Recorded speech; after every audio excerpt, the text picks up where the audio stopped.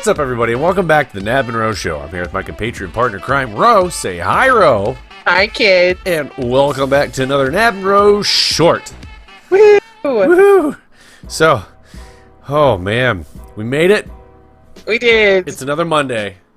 It is a Monday, and as promised, new couches. The couch. You can't see the.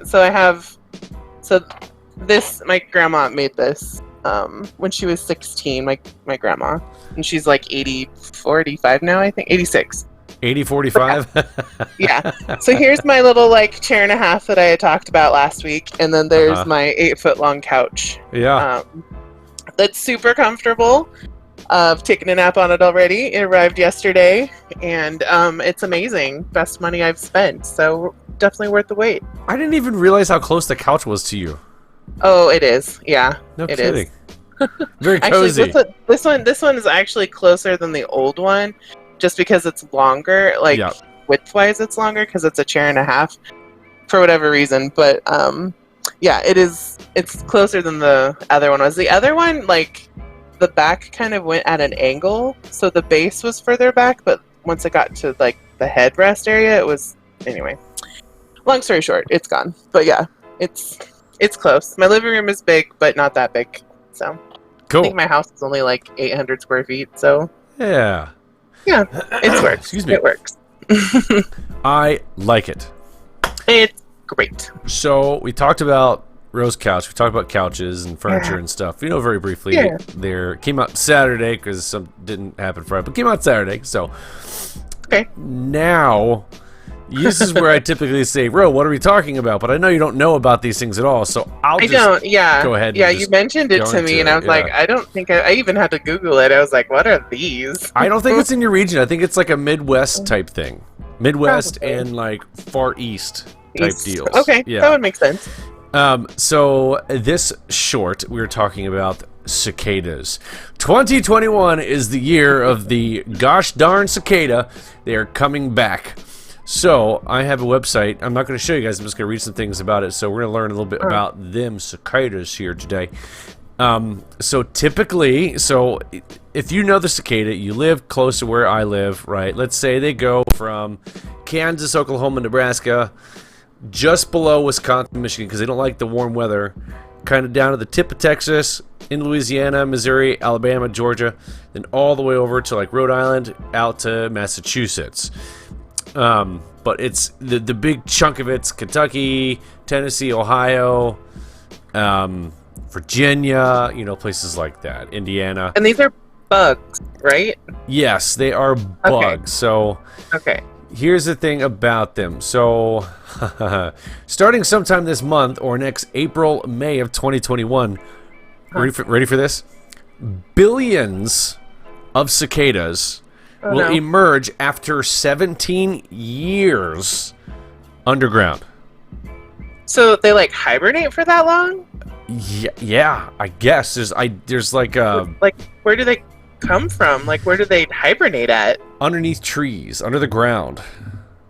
Typically trees, yeah. So I have the Wikipedia thing here. And I'm trying to kind of figure this out. So they spend most of their lives as underground nymphs, emerging only after 13 or 17 years. The usual duration and timing of their emergence may reduce the number of cicadas lost to predators, both remaining predators, before losing enough of their numbers to threaten their survival as a species and all that good jazz. So there are annual. How big are they? They're about that big. Are they grasshopper size? You know what a locust looks like? Yeah. It's basically a locust. Oh, okay. It looks just like a locust for the most part. Okay. Yeah, I guess I've just never heard of them called that before. Yeah, well, at least that's how I would describe it.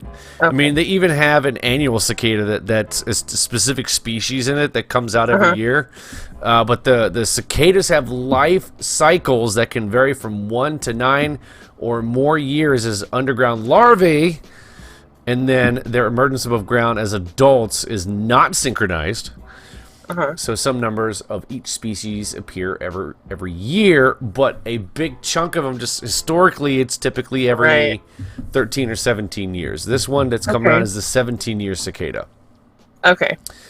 Goodness gracious, yeah, there's so much information about this. So, like, what do you, I mean, do they roam in, like, herds or schools? Or, like, what do you call a group of them? They are literally everywhere. Every tree, every bush, literally. So just, like, hang out on them? Yeah, all over the place. And you'll see... You'll see their shells. So once they come out as larvae, they'll become as little. They'll shed that shell, and they'll come out as their type. But here's an interesting thing about it. They are so loud. Oh. So loud. What was the thing I actually read here? Okay, here we go. There are perhaps 3,000 to 4,000 species of cicadas around the world. Wow. 3,000 to 4,000. It's absolutely crazy.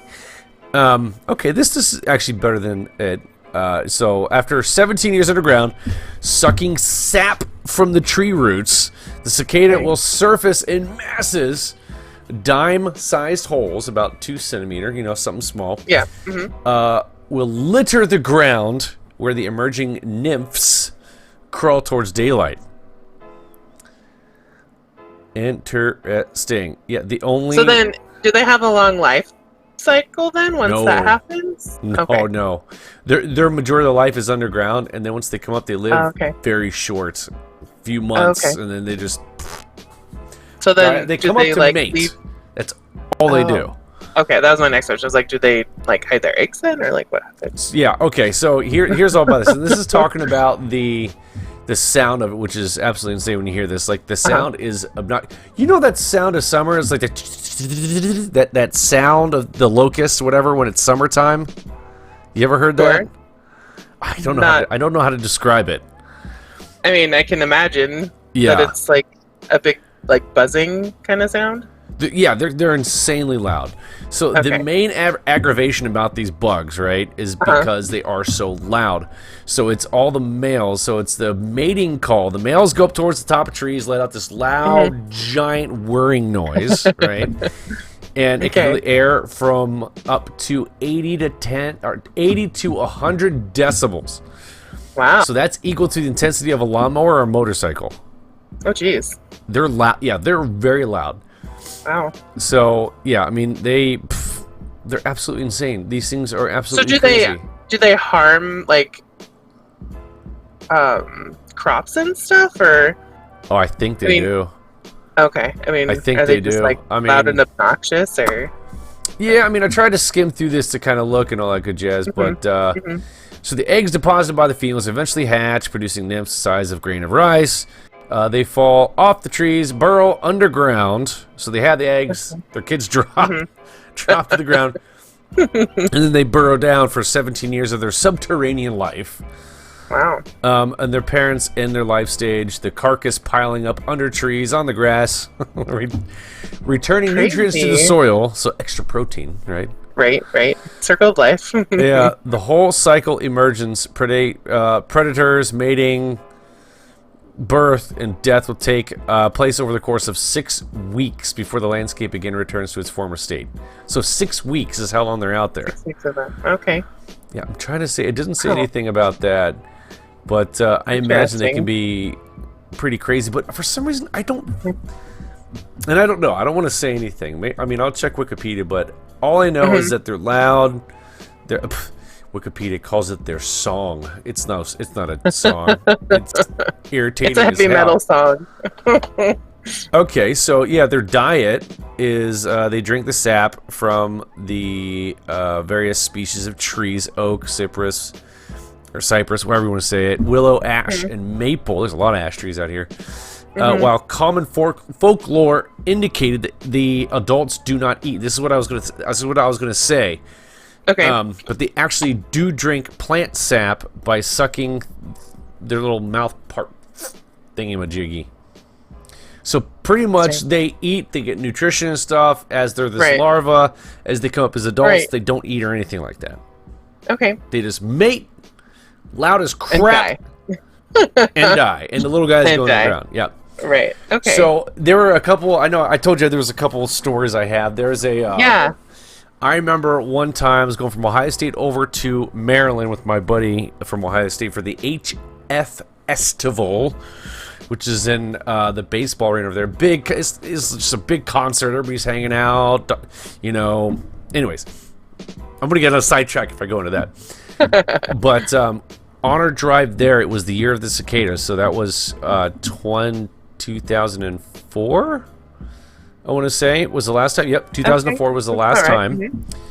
And we were driving there, and road, trees, cicada, all over the place. They'd be hitting the cars. Oh yeah, it was crazy. Crazy. Oh my gosh. And it was hot, and you wanted to put the windows down. I mean, you had AC, Right, but you wanted to put right. the windows down. But it was insane. Couldn't. Yeah. So, 17 years before that, when I was a younger dude, I'd say A little nab. Little nab, yeah. My brother and I would take a wiffle bat, and we had something we called cicada baseball. We'd go and we'd shake the tree. Cicadas would all fall down. As they came down, Right. we'd go, pow! And you know, pop the cicadas. Oh my gosh. Oh, Crazy. man. I'm going to have some haters. People are like, how could you? It's like, dude, there's billions of them. It's a freaking cicada. It's an invasive species. Right. But anyways, yeah. That's so, crazy. Yeah, I've never heard of them before. So this is all interesting to me. Yeah. Check out that that link I put in Discord. It has a link to that a video, like a 7-minute video, and we'll put it on Facebook for you guys to be able to see it too. But Yeah. those things are nasty. Ugh, Just be glad crazy. you're in Oregon. You don't have them. well, I'm sure we have something similar. I just am like, I don't know. I do remember this was a long time ago, and I probably like junior high or high school maybe.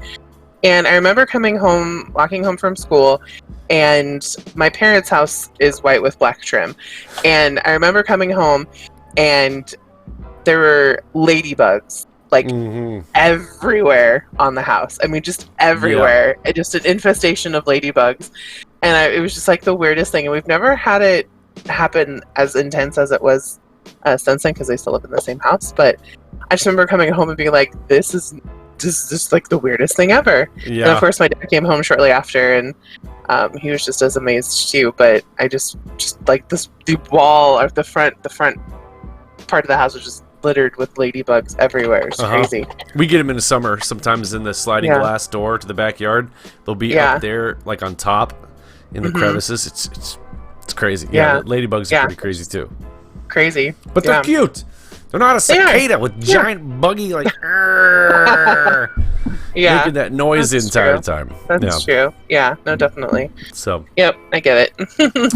Well, that was good. I mean, we're about 13 minutes, so we're gonna cut that one off for short. But we could have talked about cicadas for a long time, but we're gonna cut that. Yeah, I can imagine. Yeah, check out that video. We'll link the video. Check it out. But yeah, I'm just as amazed of these creatures I've never heard of before. You gotta watch that video. That's good. Yeah. Oh my goodness. Well, if you like this informative podcast about the cicadas, go ahead and jack that like button right in the nose. Don't forget to tell your friends and family about the Knab and Ro Show. And as always, this Knab and Ro Short is a wrap. Till next time, kids.